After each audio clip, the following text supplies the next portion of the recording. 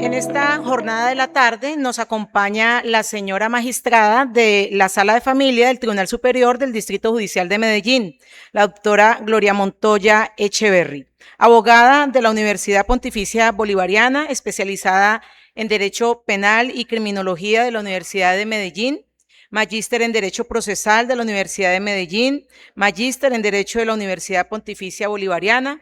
Actualmente, como lo dije, magistrada de la Sala de Familia del Honorable Tribunal Superior de Medellín, fundadora del Colegio de Jueces y Fiscales de Antioquia, del cual ha sido su presidente y también expresidente de la Federación de Colegios de Jueces y Fiscales.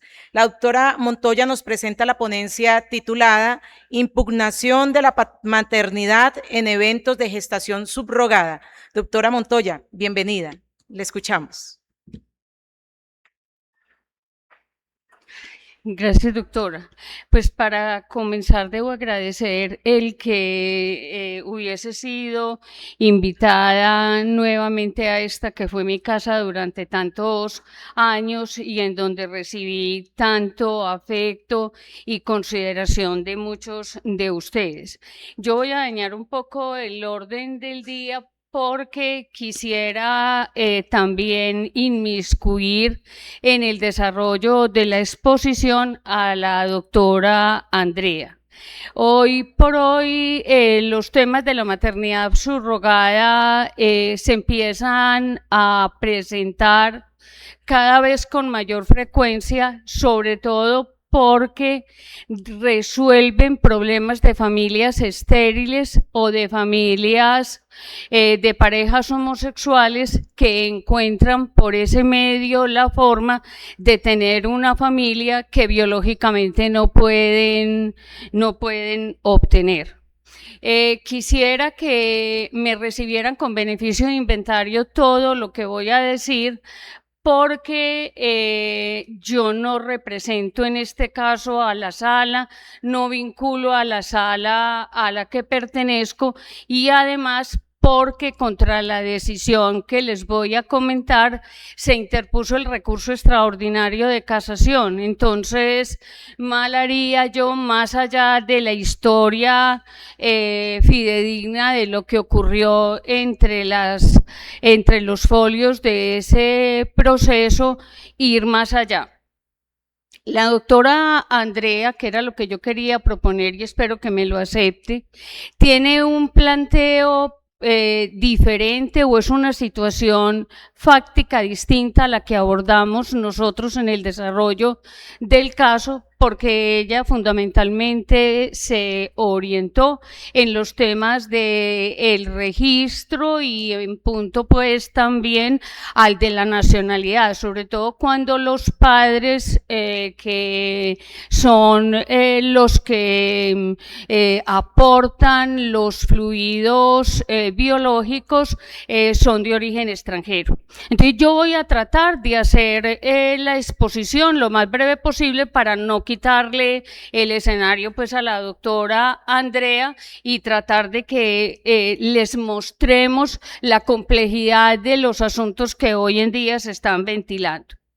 Resulta que normalmente en el país se han presentado acciones de impugnación de la maternidad en los casos en los que por obra del registro civil que se debe expedir a favor de la madre, entonces se procura impugnar ese reconocimiento para que los padres de parejas del mismo sexo figuren en las partidas como padres o como madres. La historia entonces se generó porque en el caso que conoció la Sala de Familia del Tribunal Superior de Medellín, la madre que se comprometió a entregar la niña finalmente dijo que no lo iba a hacer y entonces la niña se quedó con la madre, que además obstaculizó todo el acercamiento con su padre biológico. Se trata de una pareja homosexual que se casó según los hechos de la demanda en Estados Unidos. De hecho, uno de ellos tuvo intérprete en el proceso porque tenía muchas dificultades para comunicarse. El otro miembro de la pareja sí tenía mayor cercanía con el idioma y fue con quien se estableció la relación con la madre de esta historia. La señora firmó un contrato de maternidad subrogada para que cuando se produjera el nacimiento de él o la niña, la entregara a los padres extranjeros.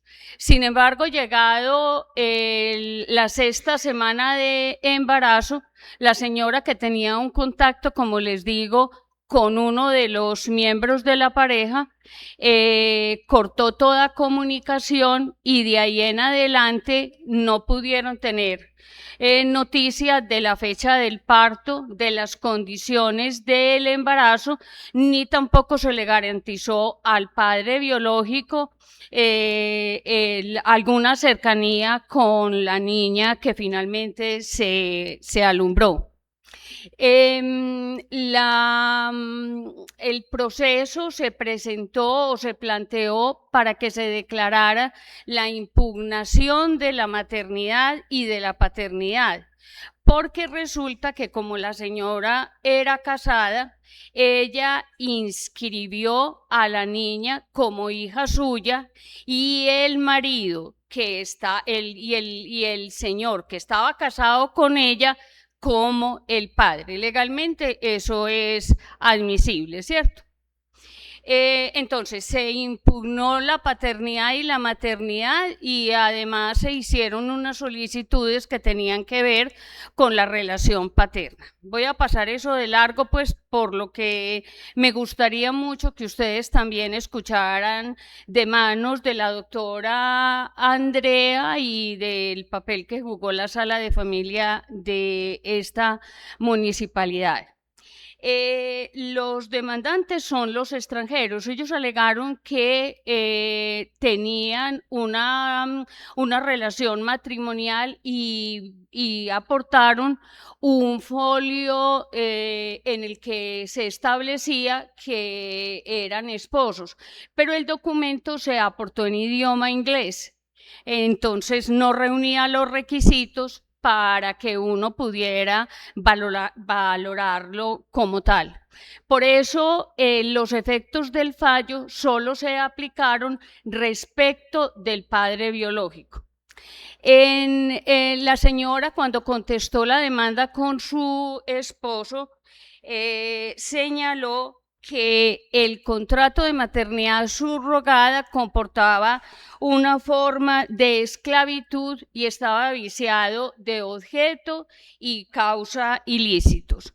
También dijo que la calidad de madre y la calidad de padre obedecía a las propias directrices de la ley cuando una mujer da a luz y el marido y tiene un marido durante el tiempo de la concepción. Dijo que el contrato de maternidad subrogado no había sido firmado por ella y que no existía el derecho a ser papá. Trabado el litigio y practicadas las pruebas, la señora juez de primera instancia declaró que el esposo de la madre gestante no era el padre biológico. Esa conclusión la adoptó a partir de la prueba biológica que se le practicó tanto a él como a ella. En lo que hace relación a la filiación materna, la señora juez señaló que como había unos lazos afectivos de cuidado y de atención, entonces ella continuaría ocupando la calidad de madre, reguló alimentos a favor de la niña y reguló el régimen de visitas. Lo que ocurre es que ese régimen de visitas tenía una problemática muy grande, y es que los padres estaban radicados en Estados Unidos, y como era una niña de temprana edad, era muy poco probable que a través de los mecanismos electrónicos se pudiera dar una relación cercana y fluida entre el padre y el esposo de él. La sentencia de la sala es una sentencia ampulosa. Debo ofrecer disculpas por ese larguero San Miguel. Pero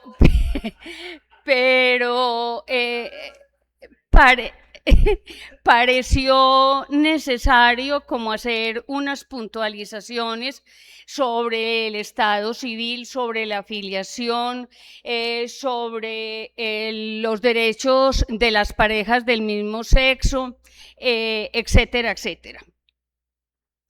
En la sentencia nos dimos a la tarea también de condensar las veces que en el Congreso de la República se han presentado reformas o proyectos de ley para regular la maternidad subrogada, y encontramos 17 proyectos que no llegaron a buen puerto, como otros tantos que tienen que ver, por ejemplo, con la sexualidad diversa.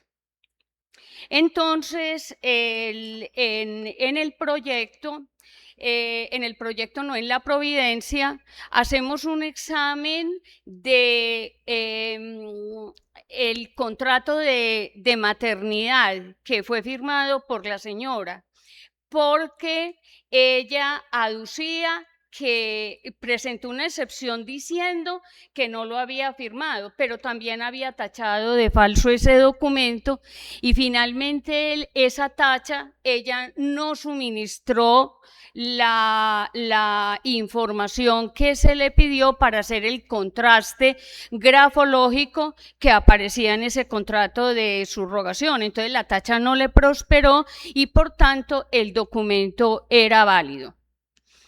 En el examen de la cuestión importó mucho la voluntad de las personas que se obligaron para, de una parte, prestar el material genético, uno de los padres de la pareja que les he comentado, y una donante anónima.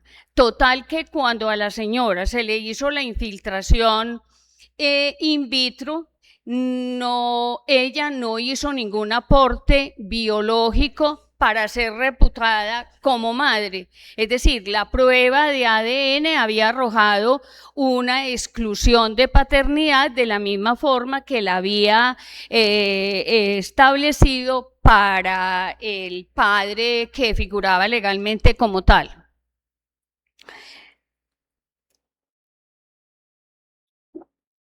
Se hizo un análisis de la autonomía de la voluntad en este tipo de casos, porque ustedes entenderán que es un contrato innominado. No tenemos legislación sobre el tema, y entonces había que abordar cuál era esa textura o qué era lo que realmente le daba fuerza vinculante al contrato de maternidad subrogada, para llegar a la conclusión de que la señora no podía ser admitida como madre de la niña.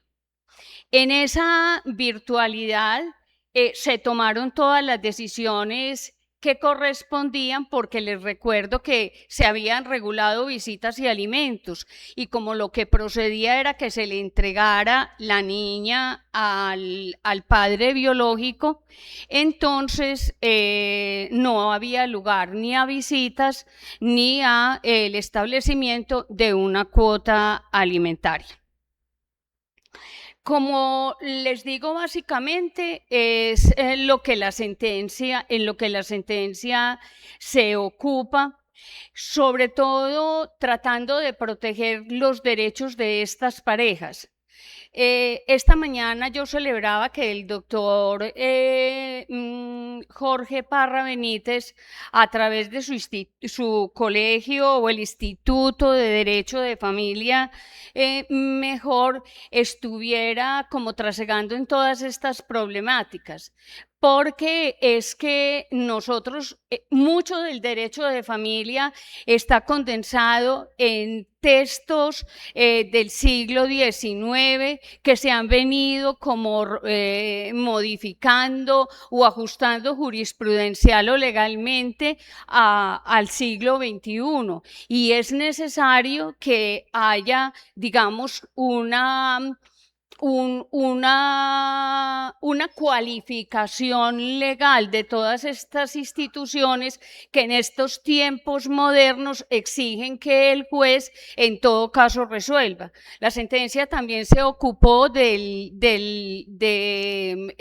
analizar el artículo 48 de la ley 153 de 1887, que señala que el juez no puede denegar justicia pretextando silencio o oscuridad de la ley. Los jueces tenemos que resolver haya o no haya norma aplicable.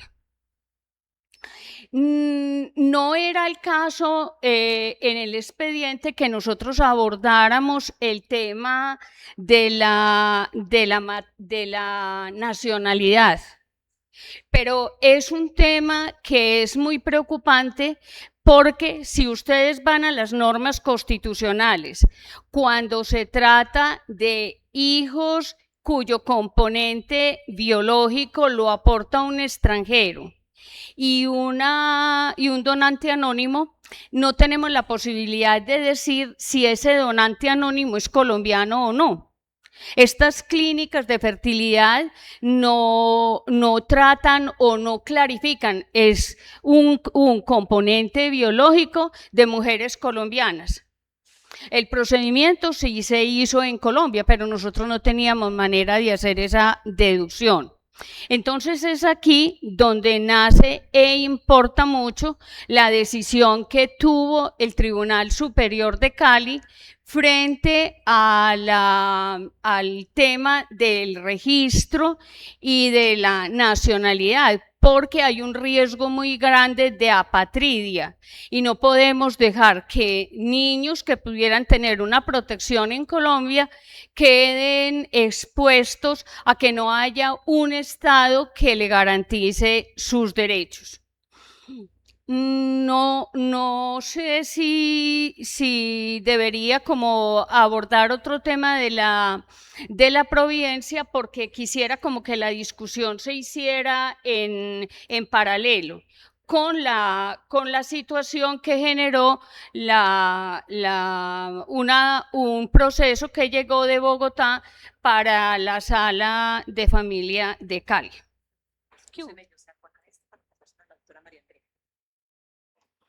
¿Me corro aquí? Me voy a que no, yo me siento acá o nos estamos acá para que quedemos las dos. De nuevo, muy buenas tardes para todos. Gracias por acompañarnos ya en esta parte de la jornada. Y creo que vamos a replicar un poco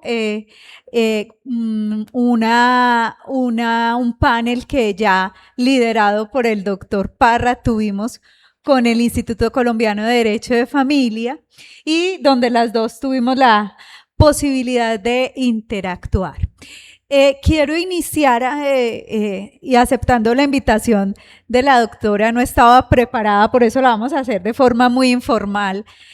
Valga la redundancia aquí, estas dos paisas conversando un poquito. ¿Qué sucede?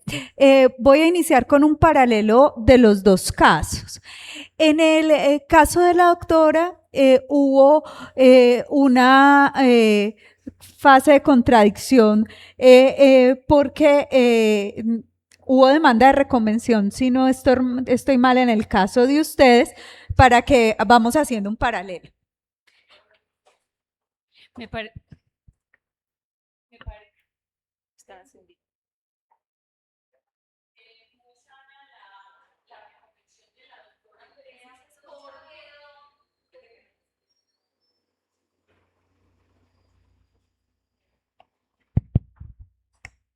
Gracias. Muy sana la recomendación de la doctora Andrea, porque sucede que en el caso nuestro, la madre siempre se opuso y señaló que ella se le había prometido que iba a tener un ligamen con el hijo y que por tanto ella asumió la maternidad.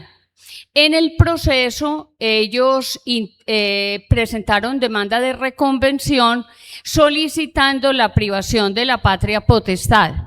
Pero las causales en virtud de las cuales impetraron esa causa no fueron probadas y el juez de primera instancia desestimó esas pretensiones. Solo que ella y el marido no interpusieron el recurso de apelación para discutir esa providencia. Y me faltaba un dato muy importante en la historia de este proceso, y es que la señora empezó con el tratamiento de fertilidad con la pareja pues que les estoy comentando. Se presentó un primer fracaso, siguió con un ciudadano japonés o chino, luego con un ciudadano español, y cuando todos estos casos fracasaron, volvió ella y se comunicó con el esposo del padre biológico y le dijo que quería reactivar la subrogación. Ella se negó a recibir dinero durante todo el proceso y dejó anotado en el interrogatorio que no tenía ningún fin lucrativo. Es cierto que la Corte Constitucional ha llamado mucho la atención sobre esa finalidad lucrativa que se puede, digamos, disfrazar en todo el trámite de la subrogación. Pero en este caso, el contrato que se analiza en la providencia señalaba que no había un fin lucrativo, que ella lo hacía con el objetivo de que ellos pudieran cristalizar el deseo de tener una familia. Entonces, digamos que entran en juego muchos derechos, muchos intereses, muy respetables los de la madre gestante ciertamente, pero entonces, ¿en qué condiciones queda ese deseo y esa aspiración de las familias monoparentales que hacen todo lo posible por tener un hijo y que les es cegado simple y llanamente por la decisión unilateral de una de las partes? Haciendo un paralelo entonces allí con lo que nos acaba de relatar la doctora, hay otra situación puntual en los casos donde ya no hay contradicción, donde la madre que subroga y participa de todo el proceso de gestación, ya cuando el padre demanda la impugnación, simplemente presentan un escrito diciendo que no hay oposición, no hay resistencia, no formulan excepciones. Entonces, también uno de los interrogantes que se plantea, al margen pues, del problema jurídico y de ya lo que se resolvió la sentencia, porque por ejemplo en el Tribunal de Bogotá se llegó a discutir si se presentaba una nulidad en el trámite correspondiente. Entonces es otro de los puntos que se ha tratado, cuál debe ser la posición ya en el trámite del proceso que debe asumir el juez ante esa actitud pasiva, silente de la madre sí debe hacer un proceso de verificación, interrogatorios, ir más allá para auscultar esa situación. Otro punto muy interesante en estos temas, yo pronto voy a hablar con un poco de desorden, me atrevo porque acepté el desafío de la doctora acá sin estar preparada, que más ropa dice ella. Otro de los puntos también que se torna interesante es la discusión sobre el concepto mismo de impugnación de la maternidad, ¿cierto? Porque la norma específicamente habla de falso parto o suplantación, ¿cierto?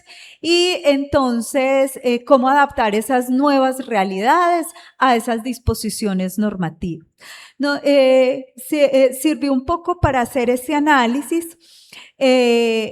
Varias providencias de la Sala de Casación Civil de la Corte Suprema de Justicia para analizar un punto muy interesante. Hace poco nuestro juez, el doctor David Palacios, hizo una conferencia sobre el tema y nos hablaba en ese punto sobre la parte psicoafectiva y un nuevo concepto de filiación que se aparta de lo biológico y cómo entonces, si bien en principio teníamos esa certidumbre de que la madre era aquella del parto, ahora ante estas nuevas realidades, esas normas reciben un nuevo análisis.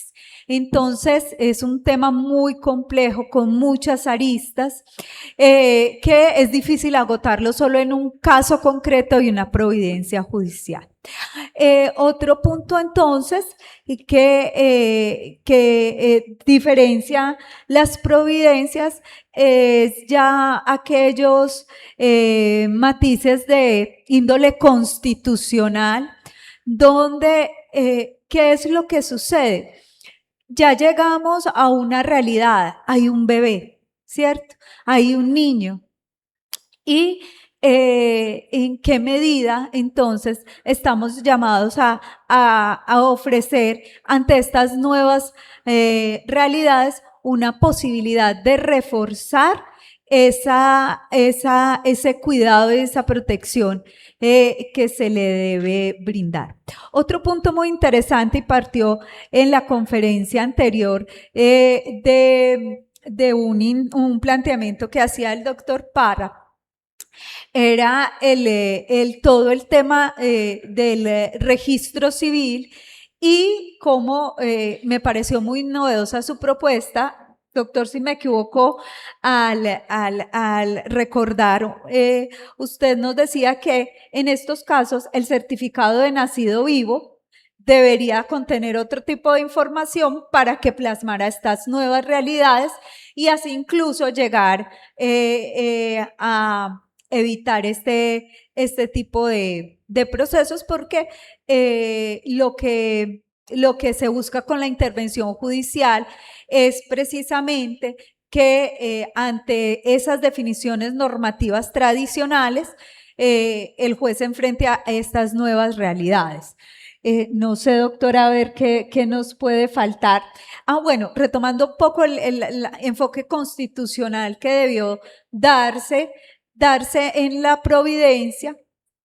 Yo creo que tanto en el caso del Tribunal de Antioquia como en el nuestro, sí había certidumbre de quién era la gestante, más no de la donación. Había donante anónimo del óvulo y se generaba pues esa discusión por las definiciones que nos trae la Constitución para indicar quién es nacional colombiano. Apelando inicialmente a dos sentencias de la Corte Constitucional donde le exigen mucha rigurosidad al juez, mucho control, una protección reforzada para evitar situaciones de apatridia,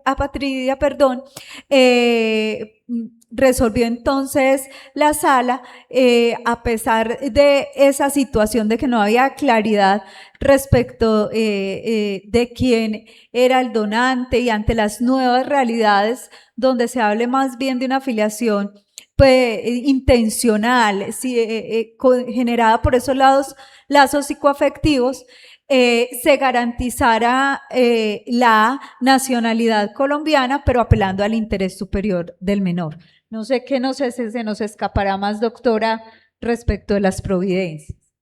Yo diría que queda en el aire el deber del juez frente a la resolución de estos específicos casos, porque es que cualquiera sea la situación, no hay norma legal que ampare. Por ejemplo, en el caso de la posibilidad de apatridia, lo cierto es que mantenemos una nacionalidad, pero la nacionalidad que se mantiene no tiene cimiento en la norma constitucional porque no se reúne ninguno de los casos. Entonces, digamos que es una situación terriblemente comprometedora, muy difícil de manejar, sobre todo en escenarios en donde hemos tenido que observar que con mucha dificultad y no sin mucho sufrimiento las parejas del mismo sexo se quedan sin protección cuando se trata de la conformación de una familia. Conformar una familia, dice la Corte Suprema de Justicia, se deriva por los lazos biológicos, por el aspecto gestacional y por la familia de crianza. Pero entonces, ¿cuál es esa estructura que tiene la familia gestacional? ¿Cuáles son, digamos, los límites que tienen los sujetos en el momento en que hacen este tipo de contratos? Muchas veces las clínicas, pienso yo, no sé si estaré equivocada, doctora Andrea, es que se ubican en la posición de clínica paciente, pero no se ubican en la posición clínica paciente frente al ordenamiento jurídico. Y cuando ocurren estas cosas, entonces nos encontramos con que hay un aporte de un donante extranjero con una madre, con el óvulo de una mujer anónima cuya nacionalidad no tenemos, ¿cierto? Ahora, cuando se trata de tomar decisiones frente a los derechos de los niños y sus padres, yo creo que los jueces tenemos que ser coherentes. Es decir, si usted está diciendo que la prueba biológica frente al padre le sirve para decir que no es padre, tiene que reforzar el argumento para decir que esa misma prueba biológica que excluyó a la madre no le sirve para quitarle la calidad de tal, de un lado. Y del otro, porque cuando se hacen regulaciones de alimentos y de visitas, cuando se piensa en cómo se estructura la relación del padre con los hijos, tenemos que ir más allá de la formalidad de imponer una regulación cualquiera.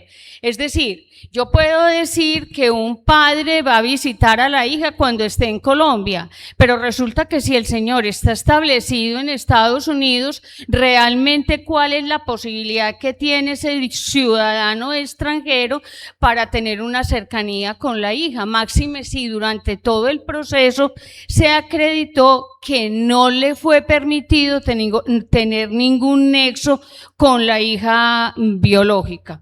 Y así pasa con todas las instituciones de familia. Es decir, cuando se trate de ese tipo de regulaciones, tenemos que pensar si materialmente cumplen la finalidad para la cual están dirigidas, sino lo que estamos es formalizando las relaciones familiares sin ninguna garantía para los derechos. Yo creo que podemos hilar la conferencia del doctor Parra y estos casos puntuales que se presentaron en este panel con una conclusión muy importante. Muchas veces la labor del juez se dificulta por la ausencia o la deficiencia en la legislación, porque este tipo de situaciones se tornan límites. Tenemos que entrar a definir en unas zonas de penumbra y a veces el juez que está llamado a resolver el caso concreto se ve en la peligrosa tarea, por lo que veíamos de las sentencias que analizábamos en la jornada de la mañana, y ahora las dificultades a las que nos enfrentamos en estos procesos. Llegamos a establecer en las providencias unas subreglas que necesariamente no abarcan todas las situaciones y no establecen todo el alcance ya en lo general que hablábamos con el doctor Parra, porque estamos preparados para fallar el caso concreto. De allí entonces la gran conclusión en estos temas es la necesidad pronta, sentida a través del Instituto Colombiano de Derecho de Familia, para que se entre a regular estas materias. Por lo pronto, diría yo que casi que con las uñas y pensando en el bienestar y en el interés de sus niños, tenemos que atender esos procesos que se han venido presentando, proclamando por una regulación pronta, y no solo de la definición del papel de madre, sino también de la protección a la gestante, de un acompañamiento o una revisión administrativa inicial para verificar que se brinde una protección integral desde la firma misma del convenio, que así se haga. Entonces, yo pienso que el derecho de familia es muy dinámico y la gran problemática es que el legislador es paquidérmico, y entonces ahí es donde tenemos que entrar a ser esos intermediarios que reclama la ciudadanía. Ya como pues finiquitando esta intervención, hay también que analizar cómo avanzamos en la protección de los derechos, porque ¿cuánto se demoró la Corte Constitucional para reconocer la emotividad y los derechos de las parejas homosexuales, cierto? Pero ese reconocimiento que se hizo, creo que es en el 2010, la sentencia C577, si mal no recuerdo, cómo la llevamos realmente a la práctica. Es decir, ¿cómo hacemos que la heterosexualidad y la homosexualidad no entren en conflicto y que quien decide por un modelo diferente de familia realmente tenga la protección del ordenamiento jurídico? Porque noten que en este caso la señora lo que hizo fue negar el contacto con la niña, ni siquiera les notició a ellos cuando nació la pequeña, ni que la había registrado con el nombre de ella y de su pareja. Entonces es el desconocimiento de la realidad biológica del otro, y no solamente eso, sino que esa fue la finalidad primera que la llevó a ella a hacerse los exámenes físicos, unos exámenes de laboratorio, unos exámenes de abordaje psicológico, para llegar a concluir por esa clínica que era apta para la subrogación. De manera pues que lo que tenemos que hacer, doctora Andrea, es una invitación para seguir reflexionando sobre ese tema y para pensar que la protección de los derechos debe ir en avance, no en retroceso, y que no pueden haber ciudadanos de primera o de segunda categoría según la opción sexual que elija.